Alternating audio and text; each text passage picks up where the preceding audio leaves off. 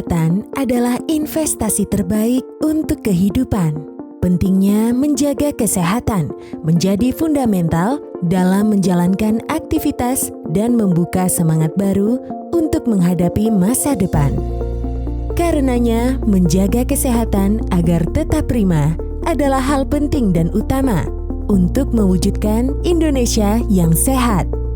Kimia Farma Laboratorium dan Klinik sebagai bagian dari Bio Farma Group hadir mengambil peran di setiap harapan dengan jaringan layanan yang tersebar di seluruh Indonesia. Dalam memahami dan melayani konsumen, Kimia Farma Laboratorium dan Klinik memiliki fasilitas dan pelayanan lengkap. Laboratorium biomolekuler, pengambilan sampel darah, audiometri,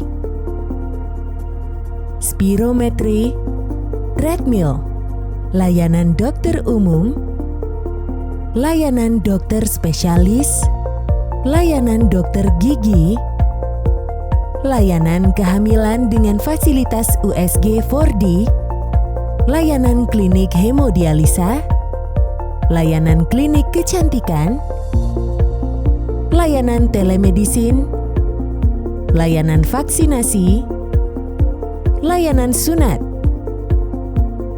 layanan rawat luka, layanan home care.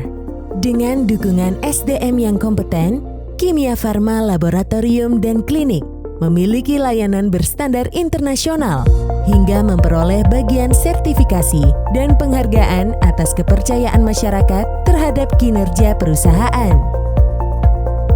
Hal ini semakin mendorong Kimia Farma Laboratorium dan Klinik untuk memberikan kontribusi dalam mewujudkan peningkatan pelayanan kesehatan yang berkualitas, memperluas akses layanan kesehatan, inovasi yang berkelanjutan, dan sinergi untuk terus berkolaborasi demi membangun negeri. Karena masa depan yang cerah dimulai dengan kesehatan yang utama.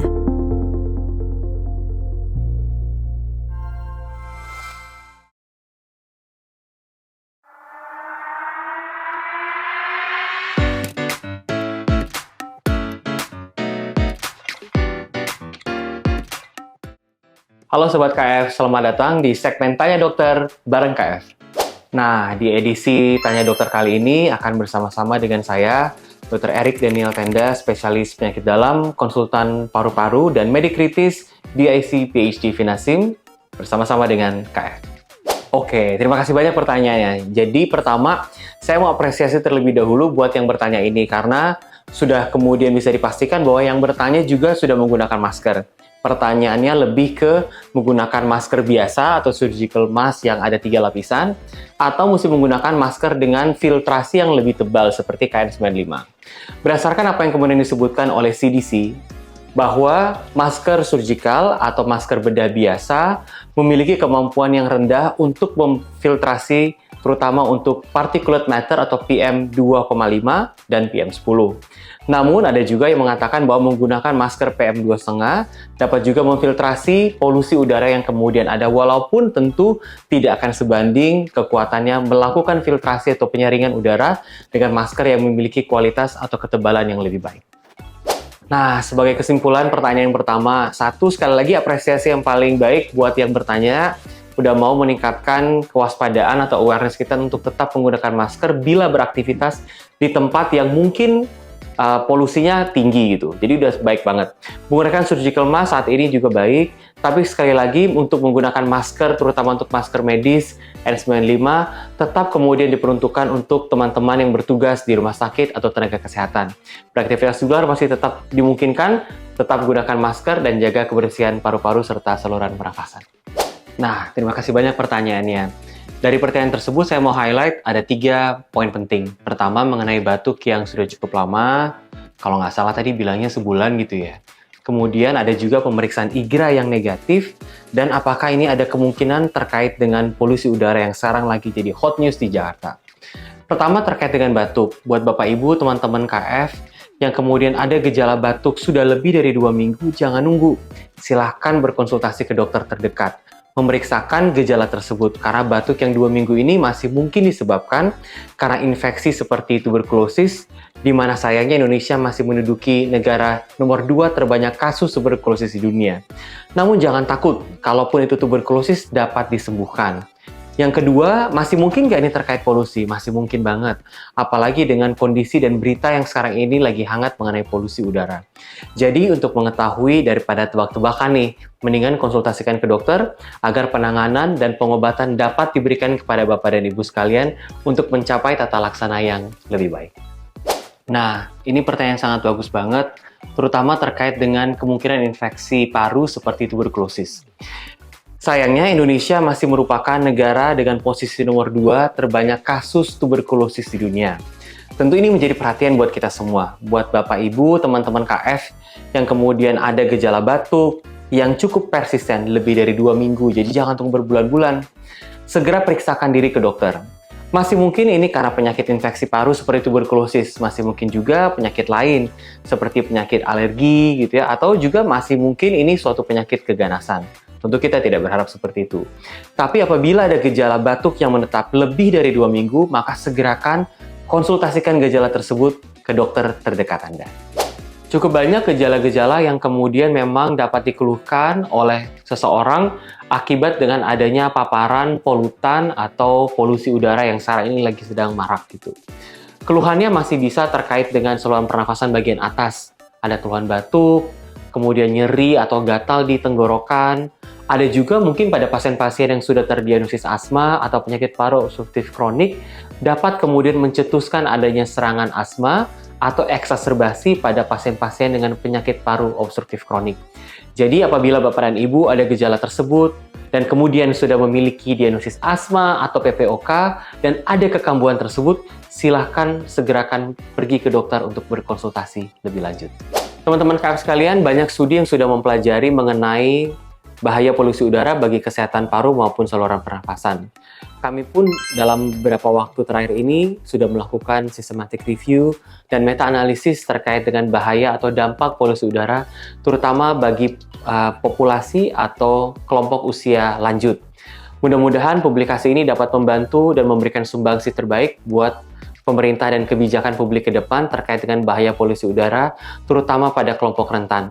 Yang paling pasti untuk kita yang masih punya orang tua dan keluarga yang masuk ke dalam kelompok usia lanjut, memiliki banyak penyakit komorbid dan juga ada asma, penyakit paru obstruktif kronik, ataupun penyakit jantung dan kardiovaskular lainnya, maka polusi udara ini dipikirkan dapat berkontribusi terkait dengan semakin menurunnya kualitas kesehatan pada populasi rentan tersebut. Jadi mari kita jaga sama-sama orang tua kita dan populasi usia lanjut agar mereka tetap sehat dan tetap produktif di masa-masa seperti ini. Terima kasih banyak ya sudah banyak bertanya dan kita bisa belajar sama-sama di sini bersama dengan saya Dr. Erik di Tanya Dokter bersama KF. Terkait dengan bahaya polusi udara ini sekali lagi menjadi perhatian buat kita semua.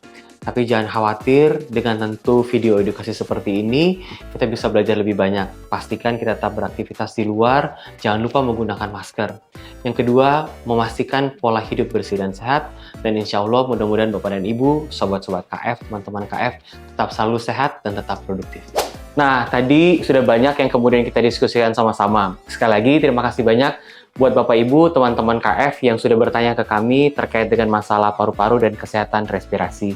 Silakan kemudian kirimkan pertanyaan seputar kesehatan bersama-sama dengan KF. Sekali lagi terima kasih dan sampai jumpa di Tanya Dokter KF selanjutnya. See you.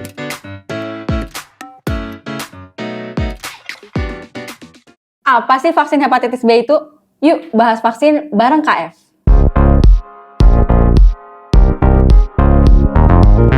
Vaksin hepatitis B adalah vaksin untuk mencegah infeksi virus hepatitis B atau HBV.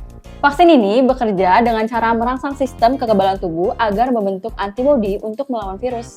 Virus hepatitis B dapat ditularkan melalui kontak dengan darah ataupun cairan tubuh dari penderita hepatitis B. Virus hepatitis B yang menetap dalam tubuh dapat menjadi penyakit kronis seperti sirosis ataupun kanker hati. Berdasarkan peraturan Menteri Kesehatan, vaksin hepatitis B ini juga merupakan salah satu vaksin yang wajib bagi anak. Vaksin ini diberikan kepada anak maupun dewasa sebanyak 3 kali loh. Nah, kalau udah paham gini, apa mau ke KF buat ambil vaksinnya? Sampai jumpa di Bahas Vaksin selanjutnya. Ingat sehat, ingat Kimia Farma.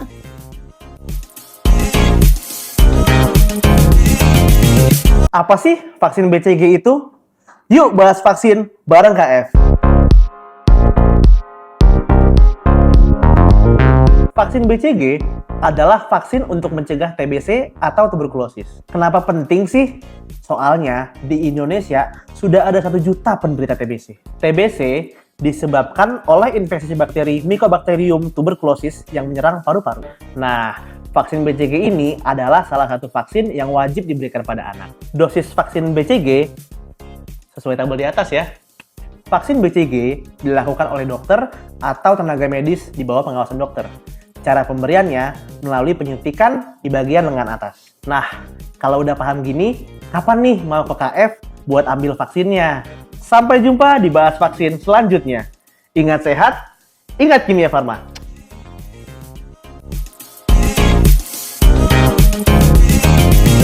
Apa benar ada klinik gigi di KF? Selamat datang di KF Corner. Kenalan dengan KF di bawah 1 menit. Ada dong di KF, kamu bisa konsultasi, scaling gigi, dan juga banyak perawatan gigi lainnya. Plus, klinik gigi kita juga ada banyak lokasi di seluruh Indonesia. Kalau Sobat KF mau perawatan gigi, bisa banget datang dan konsul dengan dokter gigi kami. Jadi kapan nih mau ke dokter giginya? Terima kasih udah cek KF Corner. Follow us for more.